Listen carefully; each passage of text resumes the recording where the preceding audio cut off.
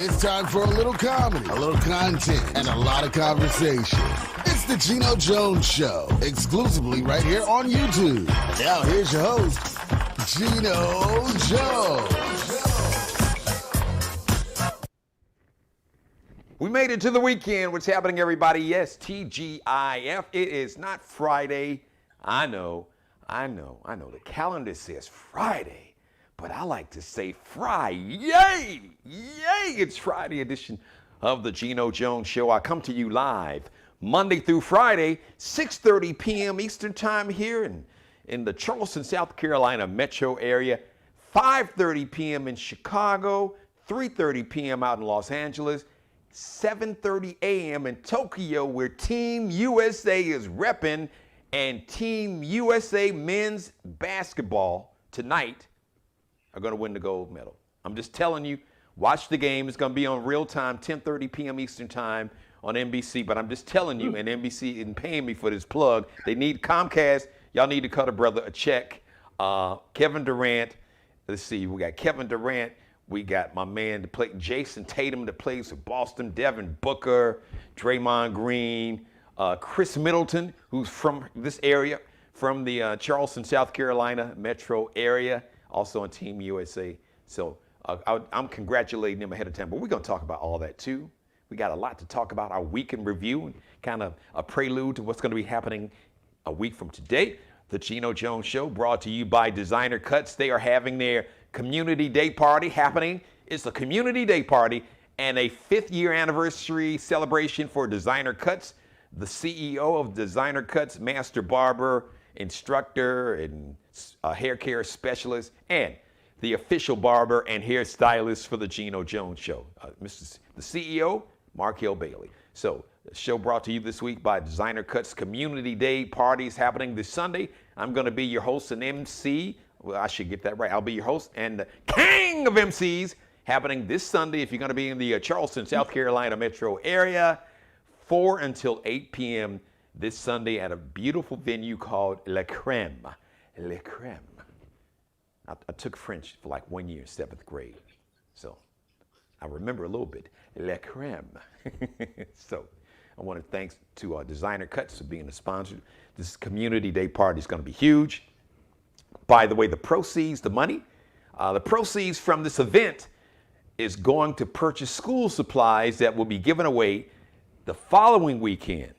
So they'll collect the proceeds, go out and purchase school supplies, and give them to needy children and families in need next weekend. So this is a great cause. So I'll give you some information where you can go and support the cause, even if you can't be here. So I'm jumping right into it today, ladies and gentlemen. You know, I always open up with a monologue, but today is my weekend review. Today is a day, I mean, every day is a good day, as my grandfather, Mr. Conway Jones, taught me. He said, Jeannie, today is a good day. Rest in peace, power, and paradise to Conway Jones, my grandfather, by the way, who transitioned on August 8th. So Sunday I'll commemorate and celebrate his life, the most influential man in my life ever. So my grandfather would say, Jeannie, any day above ground is a good day. But on Fridays, it's an extra special good day because I have as I call it, my co-host, my partner in good crime, who I just brought on camera. Ladies and gentlemen, you see her right now, repping Team USA, the one and only, up in the 313 and the 248, Miss Keela Carson. What's happening, Team USA? Hey, everybody. Looking good, girl. Go on. I'm feeling patriotic. I'm feeling good. And before we jump into Team USA, let me just say Ice Cube needs to write the family on behalf of Conway Jones a check for today is a good day. Yeah, thank you, Key. Man, that's why I love you, Key.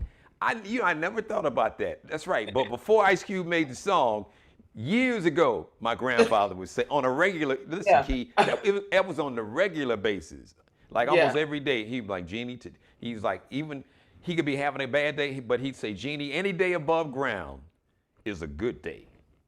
Yeah, Can't I'm gonna argue. need Ice Cube to cut a check for that because today is a good day, Mr. Conway Jones, and I'm very happy you brought that up because today when I was teaching my students, that was their topic to start the day, just being grateful for waking up. So there you go. Wow. You're right in line with the topic of the day. See how God, the universe, spirits work. I say, you know, and I don't want to deviate too much, but a lot of times people talk about religion and they divide it up into denominations, and God didn't do that. That's people did that. Right.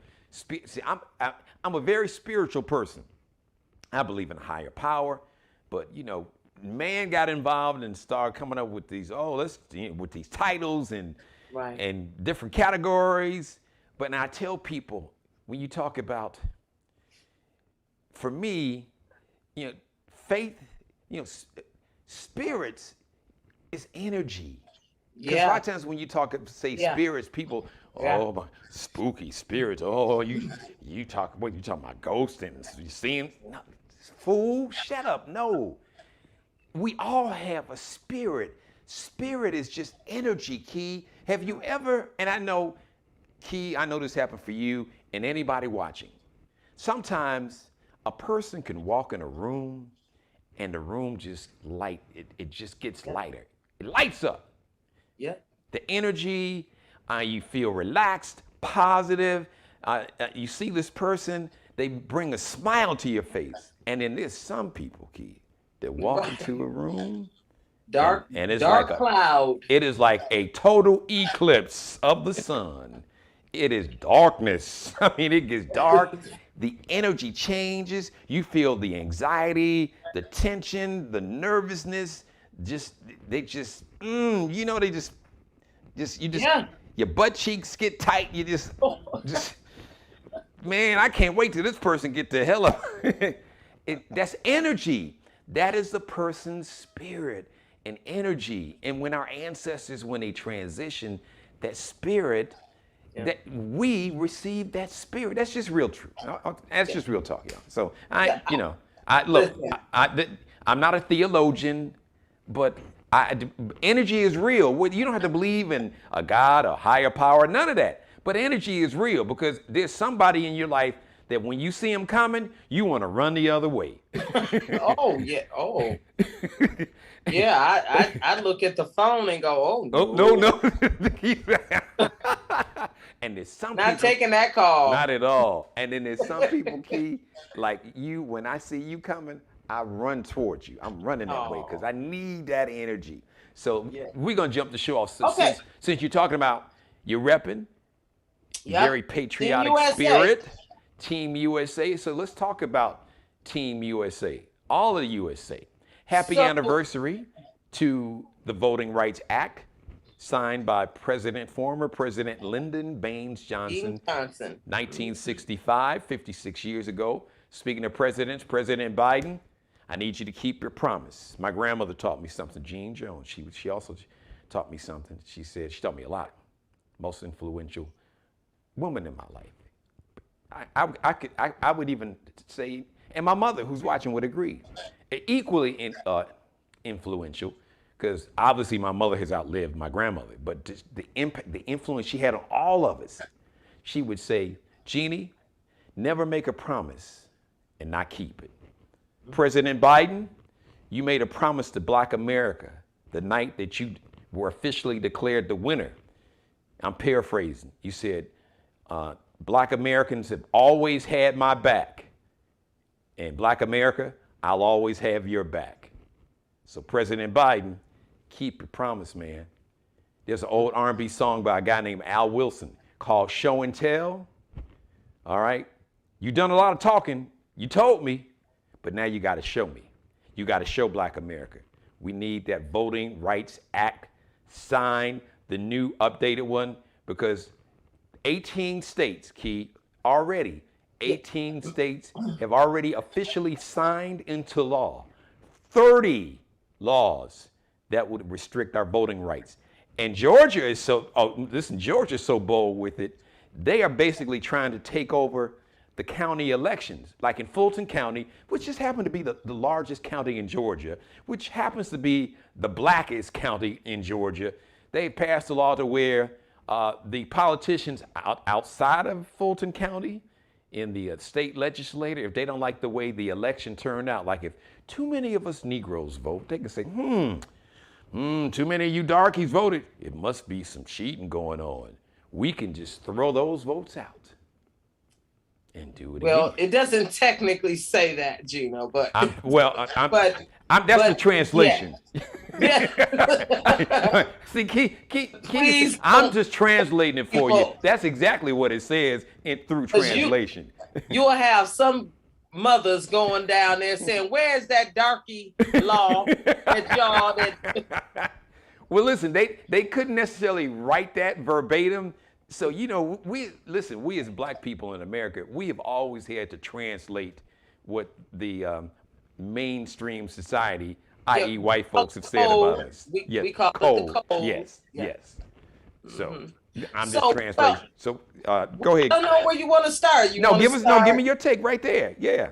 Okay, so because I was heading toward the Team USA, but let's be patriotic in what we stand for too, because the shirt just doesn't stand for the Olympians that are competing or have competed.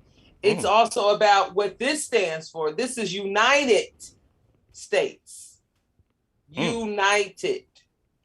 And if we all cannot go to the poll, because we are literally one state's mandate away from a poll tax. If you don't know your history, I'm talking about when people would have to go to the, when black people, African Americans, however you want to call them, whatever you want to call them, they would go to the polls and they would be asked a litany of questions that not even the people that were asking them knew. How many jelly beans in this jar? Right. Really? Listen, that's exactly what happened. And Geno is not exaggerating there. He was exaggerating on that, the law. But he is not lying or misrepresenting the truth about the jelly beans. They would ask you silly questions like that or make you recite history that they didn't know, nobody knew. We are one state, a mandate away from that. This is ridiculous. John Lewis, who passed away, and when you hear Geno call me his friend in good trouble, that's what he's referring to. John Lewis fought his life for the right to vote without, let's say, interference, without prejudice, he wanted everyone, not just blacks, everyone to have the right to vote. You may remember John Lewis if you don't know him. He was made famous today with the march in Selma. Yeah, bloody Selma. Beaten to within an inch of his life. If it's an inch of his life. But then he would go on to live, and that would be his purpose. When you talk about what is your life purpose, that was his purpose, to make sure we had the right to vote. This man died, and we are still fighting that fight. As a matter of fact, the new Voting Rights Act is called the John Lewis Voting Rights Act. And even though, listen, I have fun. I was having fun with the humor. It was partly a joke, but it's really not. So I don't want to confuse people, Keith. I don't want to just re-emphasize this point. So this law, part of the law, because there have been several laws that's already been passed in Georgia. You've got a Republican governor. Republicans control the state house, the House of Representatives, and the state Senate. So there is a law that basically will allow the state legislators in Georgia to where I'll just give you the easy example to understand. President Biden won Fulton County. Well, now with this law, if President Biden wins Fulton County in 2024, that these legislators can say, we don't think we don't think yeah, they'll say we think that there's been some cheating. We think there's been some folks that's been voting illegally, irregularities. They'll use all these words. But now I'm telling you all the truth. When you hear voter irregularities, or we think that it's good, now they don't even do that. They just call it outright cheating, because they following your boy Orange Hitler, little Red Satan, talking about, well, you know, Biden didn't win. He didn't win Fulton County. There had to be some cheating.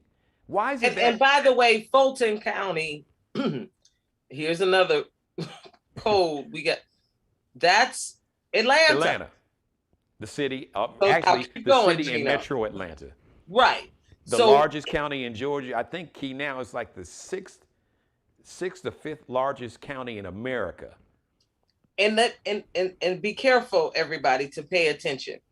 You will see these laws being passed where they have a predominantly Republican legislature, because let's be clear about that.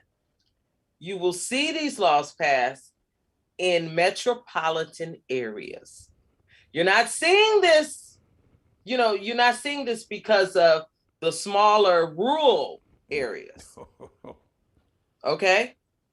And you have to pay attention to that. You have to say, what did Arsenio used to say? Things that make you go, As a matter of fact, speaking of Key, let me jump in here real quick. Because, Georgia, Fulton County is probably the most well-known because it's getting the most attention, but you make an important point. As a matter of fact, you can speak to this being in Michigan. I do believe there are some Republicans in Michigan that want to be able to do the same thing, that can basically come in and say, if they don't like, oh, wait a minute, hold on. What, President Biden, supposedly he won, he got more votes than our candidate in Wayne County, Detroit, well, Michigan. Geno, you remember recent election? Yes. They could come in and throw Trump, and throw the votes out and say, now we think that there's been cheating going on, and we will. Oh, wait a minute, the one in Georgia is really worse, Key. I don't know if they're doing this in Michigan. Now, basically, all the other what they call them electors, people who counted the votes, if they don't like who's counting the votes, they can fire them and place. Not even, you don't vote on it. They can put on this board people who are sympathetic to their ideology. Right. I mean, it's if those of you, if you just step back a few months, you remember our recent election, Trump was upset about Michigan. He said, and I'm quoting, "There is no way I could have lost Wayne County." Now, just like Fulton County is Atlanta, Wayne County is Detroit. I want to say something else, but I'm just going to say, Mr. Please. I think she wanted to say something else that actually started with an M, but you understand. But y'all know Keela doesn't use nasty language, nasty mouth, potty mouth language, but it's my show, and Wayne I'll just County, translate. Mother sucker, please. Okay, that part. Wayne County is where Detroit is, and Detroit went to the polls. Wayne County, which includes a lot of other cities that have populations, large populations of African Americans. So I know you see it from the outside and you say, oh, Detroit. Well, no, the metropolitan Detroit area has a lot of African Americans. So it's not just Detroit and Wayne County. It's Inkster, it's Romulus. You know what I'm saying? These are other cities where, and they want and let me just say this, out which is of like, office. Not to jump in, I apologize, but I just wanted to make this point and make the connection with Georgia. Like with Fulton County, it's not just Atlanta. Like he said, you got Alpharetta, you got Decatur, you got College Park, you got some other areas around the city, the metro area. And Geno, I think it's important that we do the forensics on this conversation, meaning we dissect it a little bit for the viewers so that you understand. Because you may think, oh, it's just, no, we want you to see the big picture. When the votes started coming in for Texas, they were worried because Houston is causing a problem. And that's because when you start seeing, when your family members start saying, oh, I'm moving to Houston. Oh, I'm moving to Atlanta. Oh, I'm moving to, that's changing the map. Right. Dallas, another city in Texas. There you go. And so when you start changing the map, it doesn't happen right away. But then you look up 10 years from now, because 20 years from now, people were just starting to move to Atlanta, right? Right, you're right. Now you see the result of that. People started moving to Houston, and they are still flooding to Texas. Every day I hear someone say, oh yeah, we're moving to Texas. Watch and see. Just like Georgia flipped blue, don't you know Texas can too? And Texas is as bad as Georgia in terms of the voter suppression laws. As a matter of fact, it was so bad, many folks who are political junkies realize virtually every Democrat in the state house and the House of Representatives, I should say every Democrat that was in the state Senate and the state house in Texas, left the state of Texas because apparently there's a part of the law to where they can't pass a law that the governor and the state of Texas can't pass a law unless like all the politicians are there in person.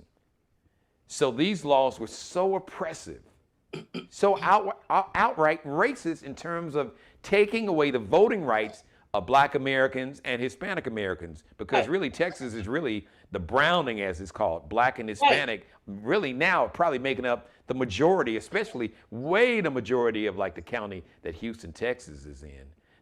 And then you have to be careful with the Latinx or Latina-X community in that you have, how do I explain it? You may have one group, let's say Puerto Ricans, more of those who are, I'm trying to think of the other island, but I know Puerto Rican is one. You may have them sway. Oh, you got Dominicans, just the Caribbean, Dominicans, right. Cubans. So you have Puerto Rico, Bahamas, the Virgin Islands, U.S. Virgin Islands. But in Texas, the majority of Hispanics in Texas are Mexicans. Right. But what I'm trying to inform the public of is that all Latinx people are not Democrat or Republican. Right. They're not monolithic at all. Pockets. Right. And I'm not saying that, I guess one could argue, well, all groups are like that. But African Americans as a whole, historically, over the last, I can't really since the voting rights, voting rights act was signed. Yeah, really since the voting rights. It's over 100 years. I mean, there was a period where there was a period where blacks voted Republicans because basically the right around the period they call Reconstruction, which is right after the Civil War, the 1880s and 1890s. But that Reconstruction didn't last long. Right. And so we flipped to becoming Democratic, but we were Republican. But so we, like the Jewish American community, a lot of people who don't understand the Jewish American community, they move like a school of fish. They get together, they work together, and they kind of decide where are we going with this. And Blacks, in a way, have done that as well with our political structure. We have moved in the Democrat way, right? However, the Latinx community is not like that at all. They are splintered in so many, for instance, Cubans. Cubans are Republicans, just ladled with Republicans. Especially in Florida, where you have the majority of American Cubans live right there, Right. really in South Florida. And as a matter of fact, they were instrumental with old boy, in, even though that's thank right. God he lost the election, but he actually won the state of Florida because of right. the Cuban Hispanic vote That's right. primarily in what's called Dade County, or just in that area Dade in the County, South yeah. Florida, because it's not just Dade County, Broward, Palm Beach Right. County, a lot of counties, but the Cuban American vote flipped because Yes. the Cuban American vote 4 years before went in large numbers in favor of Hillary Clinton. So it flipped that quick, Key. Yeah. So you got to pay attention, and I guess this is a deeper conversation than I even expected to have on a Friday. But it's edification for you, and you really need to understand these structures so that you can empower yourself, empower your family, your kids, and not let any entity attack our right to vote. John Lewis said, get into good trouble. So what he's saying is, don't go out in the street and act a fool and blow up and kill people. You want to go constructively, educate yourself, and fight these battles against our rights, because you have a right to vote, and you shouldn't have to go in with your blood type, your history book, a calculator for the beans that they want you to count. Original birth certificate. Okay. Yeah. Your mama's birth certificate and your daddy's birth certificate who have passed away 20 years ago. You shouldn't have to have all these things. A picture of yourself mowing the lawn in front of your house with the address showing. You shouldn't have to do that to vote. And Keith, since you mentioned that, let me just, we have fun on Fridays, but voting rights is important because, it is. I mean, without voting rights, you have no democracy. You don't. Right. You have what's called an autocracy. You know what an autocracy is? It's just one dude, it's a dictatorship. That's really what it is. So I don't know why they try to use these fancy words, autocracy. The truth is, it's like a dictator. It's what they have in Russia. It's what they have in Turkey. Right. It's what they have in Hungary, where it's just one dude that just like, you know what? This is the way it's going to be. And you have to go along with it, or I'll kill you. Thank you. Don't speak against me, I'll kill you. We'll lock you and your family up for life, or you'll disappear, or all of a sudden you'll be poisoned somehow. Now that's real talk. This is happening. Yes. See, today, Russia. Yes. Russia. That's right. The man that was poisoned, he went back.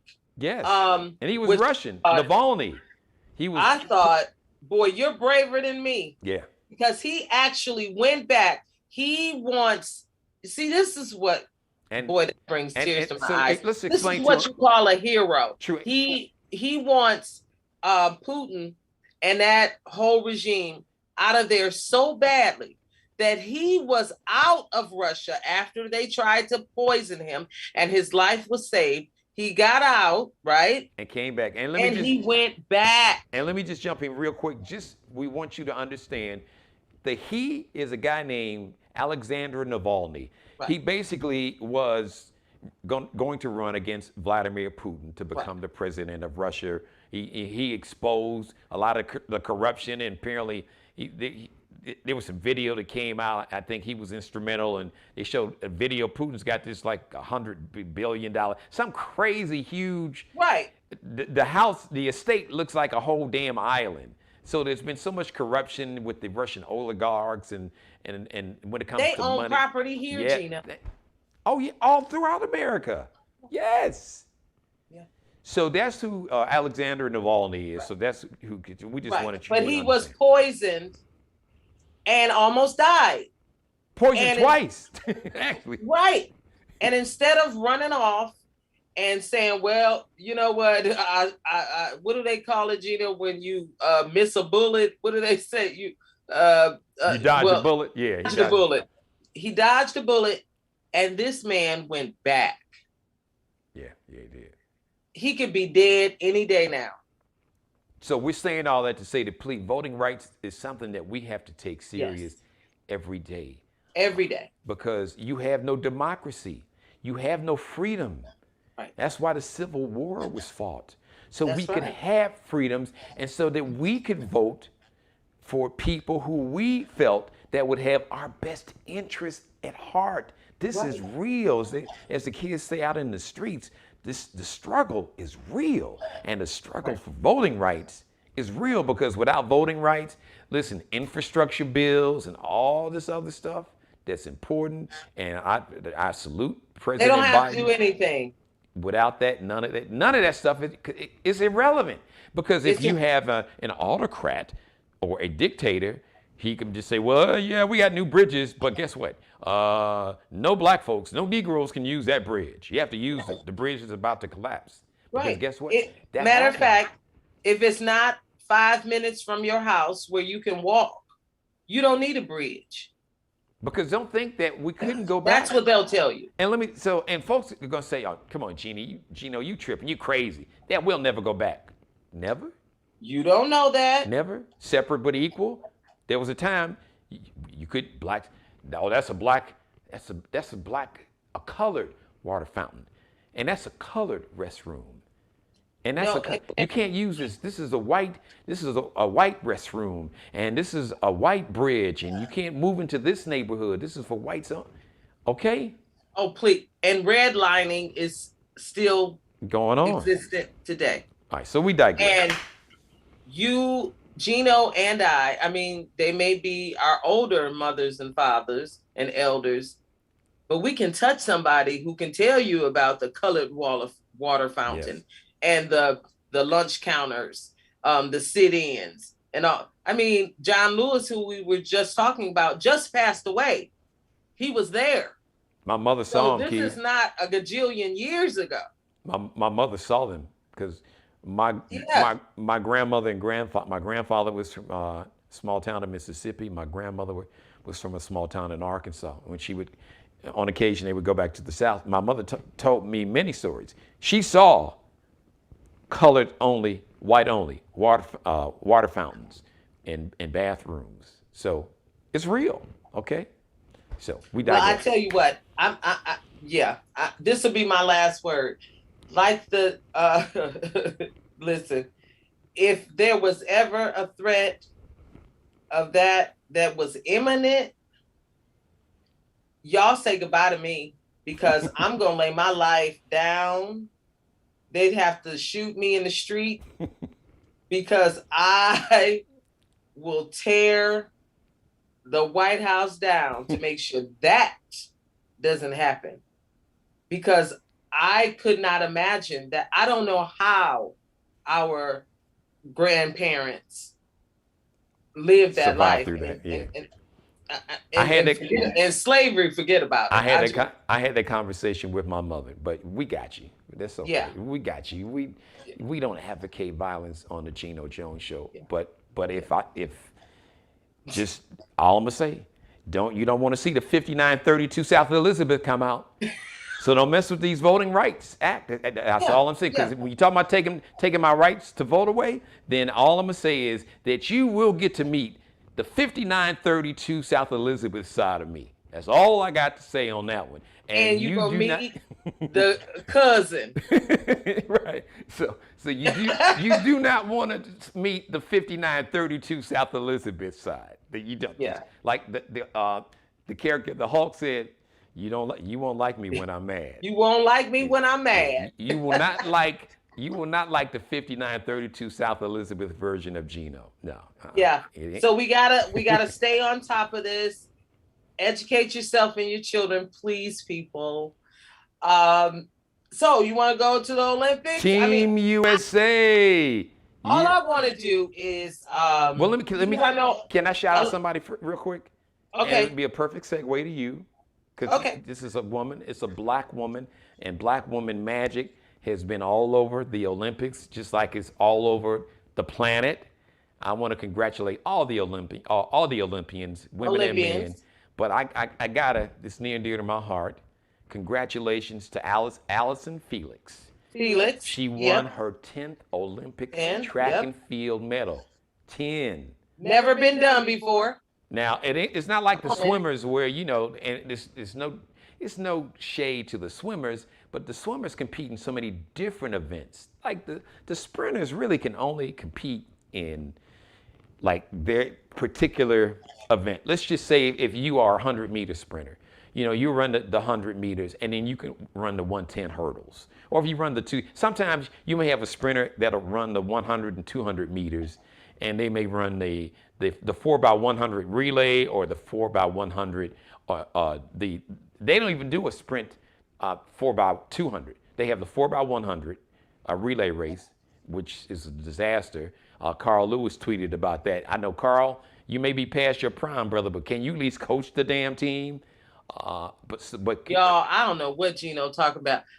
When I turn it on, I just see the people running. And I say, our men's team was a disaster running the 4x100 relay. That's a whole different conversation. But it was so bad. Carl Lewis, who's the only other track and field athlete with 10 medals. So that was the main thing. I wanted to congratulating. But she's the only Felix. female. Yes, she's the only female, and there's only one other man in the history of American track and field. And they're both melanated, magically melanated people. Carl Lewis, one of the greatest one of the greatest Olympians of all time. And it was so bad for Carl Lewis, Key, that he tweeted, he was like, he said, I've seen AAU teams that did better than the 4x100 track and field, I should say 4x100 relay race team for USA. But we're going to celebrate Allison Felix, who won her 10th Olympic track and field medal, the most ever for a woman, and tying Carl Lewis. Take it away. So what I want to say about Allison Felix is that I want to bring it in perspective, because sometimes we say these things. Oh, she won 10 Olympic gold medals. Or 10 medals all over. You should include gold, silver, and bronze. Right. Total of 10 medals. Medals. Because I don't care if it was aluminum foil. When you need to be celebrated, okay? Go on, girl, with that aluminum. Said, give me that Reynolds wrap. Let me wrap this medal up, girl. Baby, put it around your neck. But the perspective that I wanted to bring is because I reflected on competing in speech. And oftentimes people will say to me, Keila, we talk about high school. And so what'd you do in high school? And how was it? And then I have to think, and it dawned on me one day, I don't know what happened in high school. Because for 4 years, I was on the debate speech team. And we started in August and we ended in June, whenever they let us out the building. And then over the summer, we had summer competitions and prep for the next year. So what I'm saying to you is that Allison competed in 5 Olympic Games. That's years and years and years. 20, actually, if you do the math. The Olympics are every 4 years. She competed in 5. Somewhere in there we got a screw up because we couldn't have, was it this past because of COVID? Yeah. Okay, exactly. So really 21 in her case. Right. And so when is the sacrifice, the dedication, Key, what she had to give up. She can't do Chick-fil-A and McDonald's fries and Popeyes. No, she can't do that. And on top of it, as a matter of fact, I know where you're going, but I'm going to let you go there. I was actually, I got there. I was just saying, listen, when you are dedicated, when you say you want something, you got to go and dedicate yourself to that thing. Okay. And I don't want to hear nothing more about the athletes and, they're crying and they're depressed and they're this and this. These people give up their life. Some of them don't even make money. Right. Unless they get an endorsement deal. Thank goodness. And they usually don't get that until they have established themselves. And usually, because really you don't blow up like that until you compete. Sometimes, in world championships. But we in America, we don't really even pay attention to world championships. Track and field athletes only get their shine every 4 years in the Olympics. And speaking of sacrifice and commitment, Key, I'm just gonna throw this in here because, and I know you were gonna do it, being a mom yourself. She's a mother now. She's got her Listen. daughter with her, so she came back after having a baby on top of it to compete at the highest level. Let me tell you, the only place I was running after I gave birth to my daughter was to get the tux because of the episiotomy that they gave me. So I can't imagine. So Key, could you getting translate? back into Could you that translate? kind of shape? Key, could you translate what is an episiotomy? Could you just? You don't want to know? Okay, I'm gonna leave it alone. You don't want to know? Yeah. I can guess. Let's say this: they have to cut you. Oh yeah, that's true. Yeah. Snip. I've heard about that. Yeah. And you don't feel it that day. Because you all drugged. You're drugged up, and they done numbed you and painkillers and numbing medicine. But when that wears off, he said when that medicine wears off. It's like fire below deck. I know my mother's cracking up right now. So yeah, I mean, to get into that kind of shape after having a baby is amazing. So I want to say to all of the Olympians, I don't care black, white, but I'm not ashamed to say I am praising the African Americans who have done well, because we don't get shine when we deserve it from others. And so first we have to honor ourselves. So, but I'm saying to all the Olympians who have competed, kudos to you and to your families for the money, time, because parents are involved in this too. Parents got to get up at 6, 5, 4 in the morning and drop kids off at ice skating and basketball and all these things, or come late. One of my sorority sisters, she been on the road for literally a month with her son in baseball. Travel team. And I gotta call her back and say, "Oh, what did we do about money?" Because I mean, because she works, her and her husband work. So I'm assuming she had to take some kind of leave of work, and her husband just held things down. But so kudos to the family, the parents that support. And my final thing on that note is this. Listen, we have got to get more exposure to different sports to our children. Because I know sports are expensive, even if we can't get it at every school, there needs to be a Chicago, a Detroit lacrosse team. There needs to be a Chicago, Detroit curling team, or whatever when they take the little thing on the ice and we need to get, because listen, if parents hadn't exposed their children to these sports that are not that's not basketball or football or track or what have you, right? There would be no Tiger Woods. There would be no Venus, Serena, Naomi, Osaka.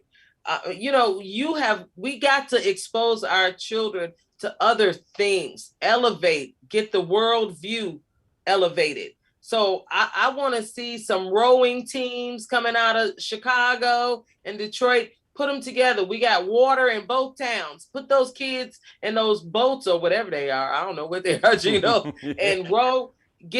I want them exposed to, because I want them to understand what they can be. And if you're not exposed, you don't know that you can do something. Well, Keith, that's a wonderful point that you made. And if I could take my blazer off, I would, but my microphone is, it would just be complicated. Yeah. But since you went there, I'm going to go somewhere to where I was saving this conversation. It was going to be the subject of an upcoming show, but I'm just going to give you the shortened version, the Cliff Notes version, the abridged, the shortened, like the headline news version. So that part, everything Keela Carson just said, that part. But my challenge is not to the parents. I'm coming for the United States Olympic Committee because they have something, Keela, they have developmental programs. Like the women's soccer team, there's a developmental program to where they develop young kids, young children who show potential. But the catch is, not only is it racist, it's classes. It's a class system also. I talked to a coworker, a white woman, who was really good. She played soccer, played organized soccer. And her and I had this very conversation. She said, yes, she said, I've seen the racism. She said, but it's a class thing too, because she wasn't able to go further because like these women that you see playing on the United States women's soccer team, parents had to have money. Money. Like to go around. So here's my thing to the United States Olympic Committee. What you all need to do is you need to go on the east or west side of Detroit. Come on to the south. Come on over to 5932 South Elizabeth. I'll take you over in Inglewood or Roseland or Bronzeville, or take you on the west side, West Lawndale or Austin or South Central Los Angeles or the Bankhead neighborhood or College Park or so many neighborhoods in Atlanta, in Houston, Texas, in Miami, Liberty City, in Dallas, St. Louis, the north side of Milwaukee, Kansas City. I could go on and on and on, Key. The United States Olympic Committee, they have been lazy at best. Yeah. And really flat out racist at worst. Now Well, somebody's saying, and Geno, that is why they're not getting support like they used to. The ratings have fallen. Yeah. And so what happens, and this is no shade to the brothers that ran, because I heard just the organization. So how is it that you are competing in the Olympics, Key? Now this is one of the athletes who was competing, one of the track and field athletes, said on camera, I saw him on the Today Show, and I don't know if it was Holder or Craig, Melvin or whoever, asked them, did they practice? They said, listen, we didn't even get to practice. We didn't know who was going to be running the 4x100 relay race. They didn't know anything. How is that you get to the Olympics? Here's your gold medal moment, and you competing for a gold medal, and the team not only didn't practice, you don't even know the athletes, the four dudes is going to be running the 4x100 relay. They don't even know who they are. Am I running here? You running? I don't know. How the hell does that happen? That is my point. So the U.S. Olympic Committee, they need, as far as I'm concerned, y'all need to clean house. You need to fire. Listen, representation matters. Thank you. Another one of my sorority sisters started out small with learning and judging the ice skating. It's been 2.5 years, 3 years now. Boy, she climbing the ranks. You get what I'm saying? Yeah. So representation, and I said to her, I said, stick with it. Beautiful. Stick with it, because we need, and it wasn't easy for her. Most of that time, she traveled and she paid for her travel. She got paid nothing. And I'm talking about getting on planes, trains, just to get the accreditation to judge certain categories and certain competitions. And let me just say this. Out of pocket. And let me, since you're talking about money, let me go there. Let's talk about this. Because I can hear somebody saying, well, that's a lot of money, and the U.S. Olympic Committee don't have enough money. Bullshit. I'm going to just call it what it is. And two, well, the crime in Chicago and Detroit and Atlanta. Listen, guess what? If these young kids, if you started identifying these kids, and if you created programs, if you had developmental programs that was sponsored by the USA Olympics, now, where are they going to get the money from? Have you looked at the Olympics? Who is the sponsor of the Olympics? One of the main sponsors. You got Comcast. Man. Just look at all the commercials. All that money. Any commercial you see in I don't care what you watch. Everybody got NBA basketball on their outfits. Right. Come on. Just look at any event on any channel. Every commercial that you see in the Olympics, that's a check. That's a huge check. That money they get up front. This U.S. Olympic organization, they got money that they can't count. But they don't really want to. They don't want to do that. They don't want to. As they look, they don't want to get their hands dirty. They don't want to. They don't want to go into these neighborhoods. They are afraid of these neighborhoods. They don't really care. They don't really. Look, I'm gonna really go there, but I can do that. That's why I love, because this is my platform. And I can speak truth to power. They really, really don't want to have too many, because a lot of times that I'm gonna just be honest. Some white people, not all, some get nervous when it's too many of us. There was a time where it was said that the NBA was too black. But the thing is, representation matters. And I was getting to that point, Key. And it's not just black kids, Hispanic kids, Asian kids in these poor neighborhoods. The majority of Asian folks ain't rich. You know how I know? Because I've had Asian friends tell me that. They're like, listen, man, this, they call it model minority trope and stereotype. It's racist. They're like, that ain't, listen, we struggling just like you struggling. And, oh, no, if you go to if you go to China, oh my God, the people there are so poor that you can't. You got 1.4 billion people. Yeah. Living on top of each other, eating rice. Right. Yeah, that they are poor. And you don't even see them, the ones that live outside these cities, because the majority of people in China, now, they got cities with 15, 20, 25 million people, but it's 1.4 billion. So just do the math. Where the hell you think the rest of the people are? Right, they're out in the rural farm areas. Yeah, and they are poor. So I'm glad you went there, Key. So that is my challenge. And I don't know how to fix it, but if the United States Olympic Committee, and it would benefit, we'd have more gold medals, so we could, be jingoistic and stick our chest out, because we're good about that. USA, Team USA, and we proud. And how many gold medals did we win, and how many medals did we win? Well, guess what? You could win a lot more if you were inclusive, truly inclusive, and made the same effort that you do to identify children. Poor and working class black children and their families, poor working class Hispanic children, and some of these poor working class white folks. White people, right. Okay. Because there's a lot of them.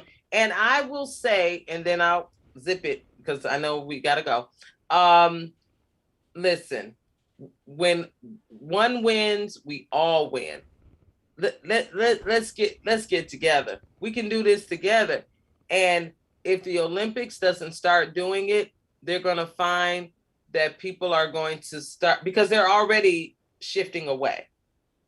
Already. And something is going to either come and replace it, or it's going to die. No, you know what, Key? First of all, you never have to zip it, and you got as much time as you want, because it's the Geno Jones Show. So that my show is your show. This is Friday. You know how we do this. We are a team. We are Team Geno, Team USA. Now, but speaking of team, this is what's going to happen. I'm sure that a lot of you all probably notice this. Key, you're very observant. The person that won, it was a man who wasn't American or Jamaican that's now labeled the fastest man on the planet. He had Italy on his chest, but he looked kind of dark, didn't he? It's like, Well, look at Naomi. He must have been out in the sun a lot. But, so hold on. But guess what? He was born in Texas. His mother is Italian. She moved to Italy when he was young. But you can imagine what his daddy looked like. Right. Okay. And now hold on. Wait. Let's talk about France. The gold medal game tonight. United States of America versus France. I want you, if you haven't seen the French national basketball team, you might, if you just didn't know the players, if you weren't a big fan of the NBA, and if they didn't have the jerseys on, you wouldn't be able to tell which team was Team USA and which team was France. It's a bunch of dudes that look just like me playing. As a matter of fact, the majority of the French national basketball team looked like me or even a little darker. Key, Listen, the I actually know complexion something ranges about between this. from me to Key. Okay. My uncle played in Poland, and I forget where else. But if everybody loves the movie Love and Basketball, remember the scene when the two girls meet up? They're playing in Italy. Yeah. So, because there was nowhere else for them to play in order to make some money. And so these foreign countries, let's say you can't get on to an NBA team, a lot of them will go overseas, which is what Geno is talking about. That's how it starts. They go overseas and they play for different teams. So and that's professional. If you got them going unprofessional, oh my God. Well, and let me just point this out because I did some research, Key, and I found this out. You talking to some of the other countries and their Olympic committees, like the Italians. As a matter of fact, I talked to somebody who is in that world, and he said he'd had a conversation with one of his colleagues who was kind of responsible for helping identify athletes for the Italian national team. And he told the dude from America, and I can't speak Italian. I don't have an Italian accent, but he said you need to go into your ghettos and identify. But he didn't mean it. He wasn't saying it. No, he was. But he was telling the truth. You need to go because guess what? That's what they're doing in Italy, right? And in Sweden and Denmark, all these countries. You see, brothers and sisters. Soccer teams and basketball teams that look like me and Keela. You're like, huh? Wait, y'all got black folks And listen, for my African American parents or my parents who are from marginalized communities.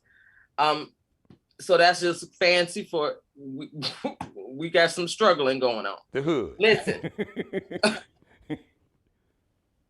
find a soccer team, make a soccer team. That is the number one sport, and it's really football. Outside of America. Yes. America is the only place that calls it soccer because our football is different. Because we just arrogant. Let's be honest. We just arrogant and xenophobic. Well, Geno, I mean, I'm gonna start with USA. But okay. So, because they don't have the football like we have it in a lot of other countries. Right. Their football is soccer. But you find you a team and make a team, get these kids exposed to that football/soccer. Right. But the funny part is that the football with the U that the world plays, that game, they played that game before we invented That's true. football in America. That's true. But I'm Team USA, but Yeah, I'm Team USA. But I know we arrogant, but I'm arrogant. Xenophobic, jingoist. Okay, I'm glad you went there, Keith. Can I shout out Angela Bassett for $420,000 an episode 911? Whoa! That's all, man. They need to give her some more money. She's the highest paid per episode. She's the highest paid actress. Period. Well, that's good, but I think the sister deserved. I think she deserved $420,000 per episode. You go, Angela. Rock with it. Shout out, and I guess we'll do it next week because we still got another week to go. We'll talk about Respect. Respect. The movie is coming out, so we'll talk about that next week because we don't have time for that. Shout out to Angela, but get you a new agent. Call me because I'm saying you deserve $1 million episode. But listen, I'm with you, but it's nice. Yeah, that is for good her and to be the number one, and for a black woman to be the highest paid. That's. So if you don't know the show, it's 911 on Fox. Angela Bassett's show. So if it's something you've slept on and you want to say, hey, let me watch this show. Because evidently if they're paying her $420,000, it's a show you might want to watch. On Netflix this weekend, I'm watching Obama in the Pursuit of the Perfect Union. So that's because anything Obama, I'm there with it. Okay. And then I know it's kind of goofy, but I am going to watch that Suicide Squad, Geno, because Viola Davis is in it. That's shit. And Idris Elba. Yeah, Idris is in it, but you Yeah. know, I'm Viola, Team Viola. I'm too. Listen. No, I love Idris, but when I saw Viola, I was like, oh, I gotta watch this silly movie. So I'm gonna watch the Suicide Squad. I'm team inclusion. Translation, I'm team black folks. I root for black folks. I even root for black folks, even if they not from America. Right. I'm like, oh, that's a sister. As a matter of fact, a shout out to the sister that won the 110-meter hurdles. She is actually from Charleston, South Carolina, from North Charleston. Okay. Her brother plays for the Chicago Bears, Robert Quinn, Camacho Quinn. I can't think of the sister's first name, but she won the gold medal. Now she was born and raised here in Charleston, but her mother is from Puerto Rico. So she represented, in honor of her mother, she represented Puerto Rico. Now, I don't know how Team USA let this talented sister get away. That's a whole nother. See, but that's what I was talking about earlier. So we're gonna save it, but that's happening a lot. Yep. And I said, like the brother that won the 100-meter dash.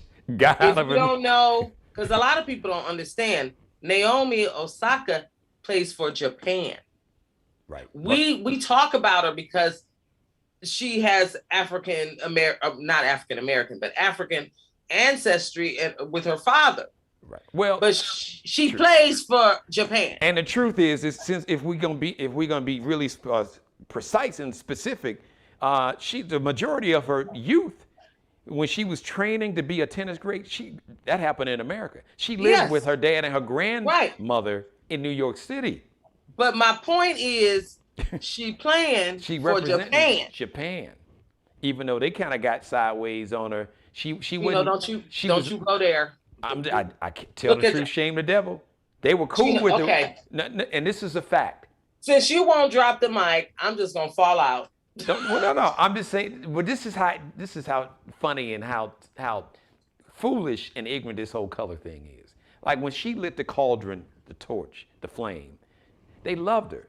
But when she lost because she didn't win the gold medal, then the things that were tweeted and posted in the conversations, it was in the media, like, well, she really, they were kind of questioning her true Japanese heritage. Right. I will talk to you about why that happens on another day, because the Asian community is, they have a different communicative way about them, and it's deeper than just, so it's not really about her skin. It's about the way they are raised to win. Yeah. And so when they don't win, no. They take winning to another level. Oh yeah. Well, I know losing to another level. Yeah, we'll talk about that another day. But it's deeper than the skin. Yeah. But it's real deep. Because they will do that even with somebody who is 100% all Japanese ancestry. They're gonna dog them out because they want to win, because that is how they're raised. But the melanin didn't help, because there was some in the media and some folks that were in social media that made reference to the melanin. So I didn't make this up. Y'all, it was some of her fellow country people that tweeted that. But I'm just, for the record, look, I'm not gonna run from anything. All right, tell the truth, shame the devil. But listen, she could compete for the United States. If Japan, if y'all don't want her to compete, we'd love to have her put USA. Come on home, my sister. Well, you always got a home here with us. We love you. We throw some crazy people in office sometimes, but I am always USA. And to walk out the door and to drop the mic on a note that should put a smile really on all our faces. Now, the folks that don't have a smile, I don't give a damn about y'all. I'm just being honest about it. But happy birthday. You were just talking about President Barack Obama. Had a birthday yesterday, turned 60. And if I'm correct, Key, we can't leave her out, the forever First Lady, celebrating happy birthday today. Right. To Michelle Obama. Right. I mean, and Michelle is my president, but okay, go on. I love Barack Obama. But Michelle is my president. We dropped the mic on that. Ladies and gentlemen, the one and only, Keela Carson. We love you, Key. Have a great weekend. Thank you. This shit, we had so much fun. I got to get out of here. Thank you for letting me be a part of your life. As always, God bless each and every one of you. God, most of all, thank you for letting me do the Geno Jones Show. I come to you live Monday through Friday, 6:30 p.m. Eastern, 5:30 p.m. Central, 3:30 p.m. out on the West Coast. The Geno Jones Show brought to you this week by Designer Cuts. They are having their community day party, celebrating their 5th anniversary. I was about to say 25th. They will be celebrating their 25th anniversary one day. This year, they are celebrating their 5th anniversary at La Creme. Beautiful venue here in the Charleston, South Carolina metro. So if you're not doing anything, jump on 95 or I-20, come on down. You can get the information when you get here, but La Creme, you can just Google La Creme. Sunday from 4 until 8 p.m. So it's going to be jump castles. It's a family-friendly event, jump castles, and there's going to be an R&B jazz band performing live, and I will be yours truly, the king of MCs, the king of MCs, Kangin' MCing. All that's happening this Sunday, August 8th. All right. Thank you for being a sponsor, being the sponsor for the Geno Jones Show this week, Designer Cuts. All right. Shout out to and shout out to Markale Bailey, the CEO of Designer Cuts. Master Barber. He is the official barber and hairstylist for the Geno Jones Show. You can check him out and get some more information about the community day party on Instagram. Kelby Cuttin Up, KELBECUTTINUP. Also, shout out to Alexandria Jones. She's the official wardrobe consultant and stylist for the Geno Jones Show. Fashion designer and a fashion design major at Columbia College, Chicago, my alma mater. You can check her out on Instagram, Lexie, LEXIE _ is that line at the bottom, Lexie _ Nicole, NICOLE, Lexie _ Nicole Designs, or you can also check her out on Instagram, Alexandria Jones, ALEXANDRIA. That's how you spell her, Alexandria Jones. She's a top model, supermodel.